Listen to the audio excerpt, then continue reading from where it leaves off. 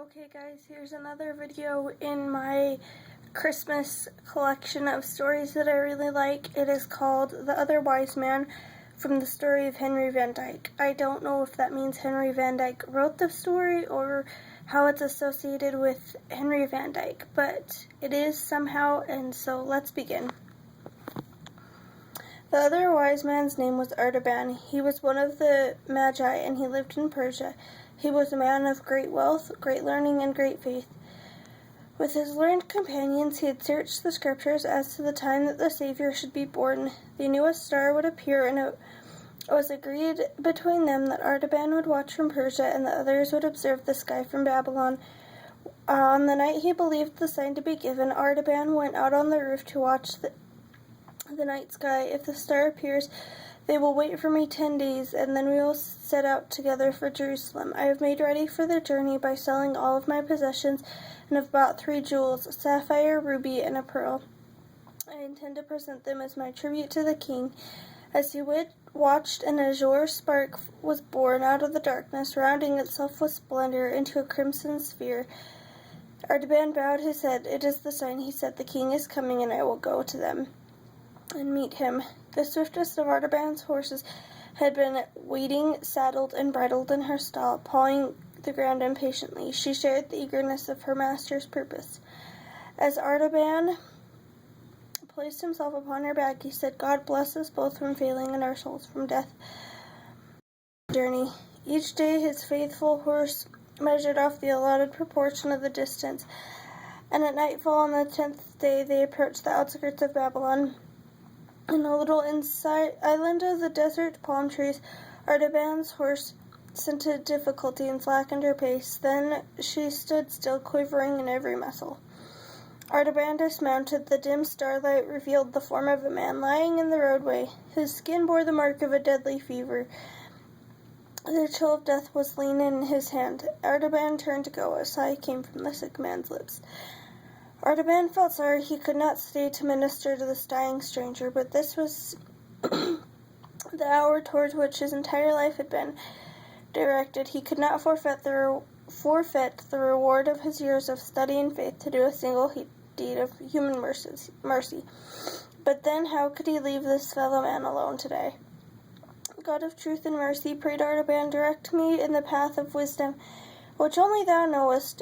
Then he knew he could not go. The Magi were physicians as well as astronomers. He took off his robe and began his work of healing.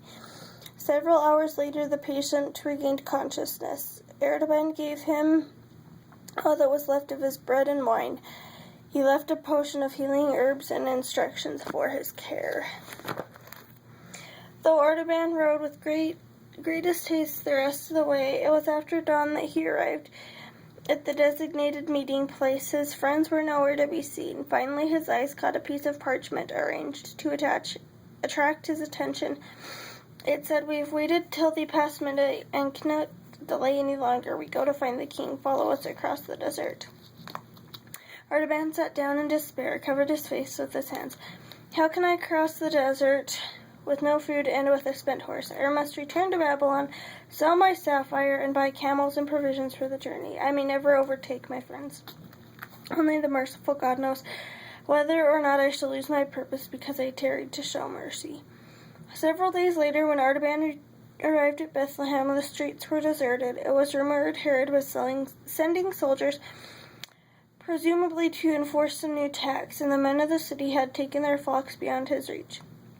The door of the dwelling was open, and Artaban could hear Mother singing a lullaby to her child. He entered and introduced himself. The woman told him that it was now the 3rd day since 3 wise men had appeared in Bethlehem. They found Mary and Joseph and the young child and laid their gifts at his feet. They had gone as mysteriously as they had come. Joseph had then taken his wife and baby the same night and secretly fled. It was whispered that they were going away, far away to Egypt. Then suddenly outside there was a noise, a wild confusion of sounds.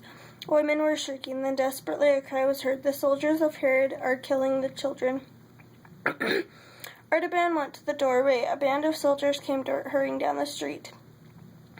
The captain approached the door to thrust Artaban aside, but Artaban did not stir. His face was as calm as though he were watching the stars. Finally, his outstretched hand revealed the giant ruby. He said, "I'm waiting to give this jewel to the prudent captain who will go on his way and leave this house alone." The captain, amazed at the splendor of the gem, took it and said to his men, "March on, there are no children here." Then Artaban prayed, "O God, forgive me my sin. I have spent for men that which was meant for God.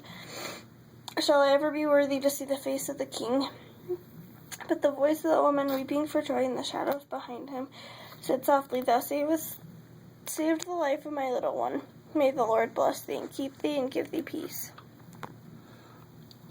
Artaban still followed the king, went into Egypt, seeking everywhere for traces of the little family that had fled before him. For many years, Artaban, you could see him at the pyramids in Alexandria taking counsel with the Hebrew rabbi who told him to seek the king not among the rich but among the poor. He passed through countries where famine lay heavy on the land. The poor were crying for bread. Plague-stricken cities. He visited the oppressed and afflicted in prison. He searched slave markets, and he found no one to worship but many to serve. As the years passed by, he fed the hungry, clothed the naked, healed the sick, and comforted the captive. 33 years had now passed away since Artaban began his search. His hair was white as snow. He knew his life's end was near, but still he was desperate with the hope he would find the king. He'd come for his last time to Jerusalem. There was a season of the Passover, and the Easter was thronged with strangers. Artaban inquired where they were going. One answered, "We are going to the execution on Golgotha outside the city walls. 2 robbers are to be crucified with them, another called Jesus of Nazareth, a man who has done many wonderful works among the people. He claims to be the Son of God, and the priests and elders have said he must die." Pilate sent him to the cross. These familiar words fell upon the tired heart of Artaban. They led him over a lifetime of land and sea, and they came to him like a message of despair. The king had been denied and cast out.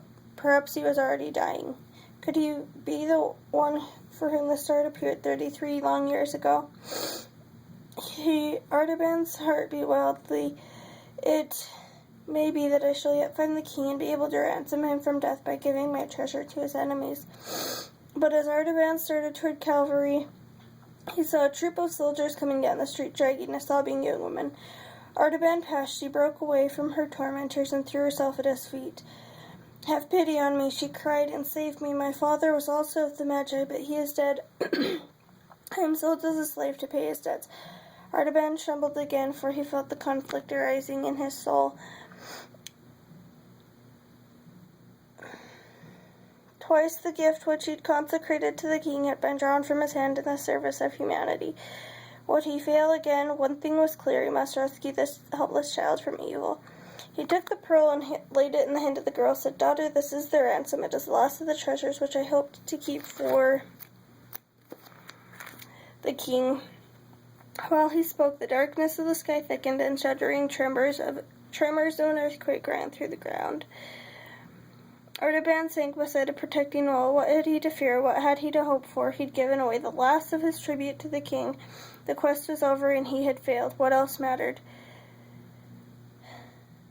A heavy tile, shaken from a roof, fell and struck him. He lay breathless and pale. There came a still small voice through the twilight. It was like distant music. The rescued girl leaned and heard him say, "Not so, my lord, for when I saw thee and hungered thee, and fed thee, or thirsty and gave thee drink, when I saw thee a stranger and took thee in, naked and clothed thee, when I saw thee in prison and came unto thee, 33 years have I looked for you, but I have never seen thy face, nor ministered unto my king." The sweet voice came again, "Verily I say unto you, that inasmuch as ye have done it unto one of the least of these my brethren, thou hast done it unto me."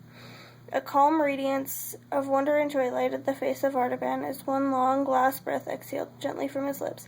His journey was ended, his treasure accepted, the otherwise hit man had found his king.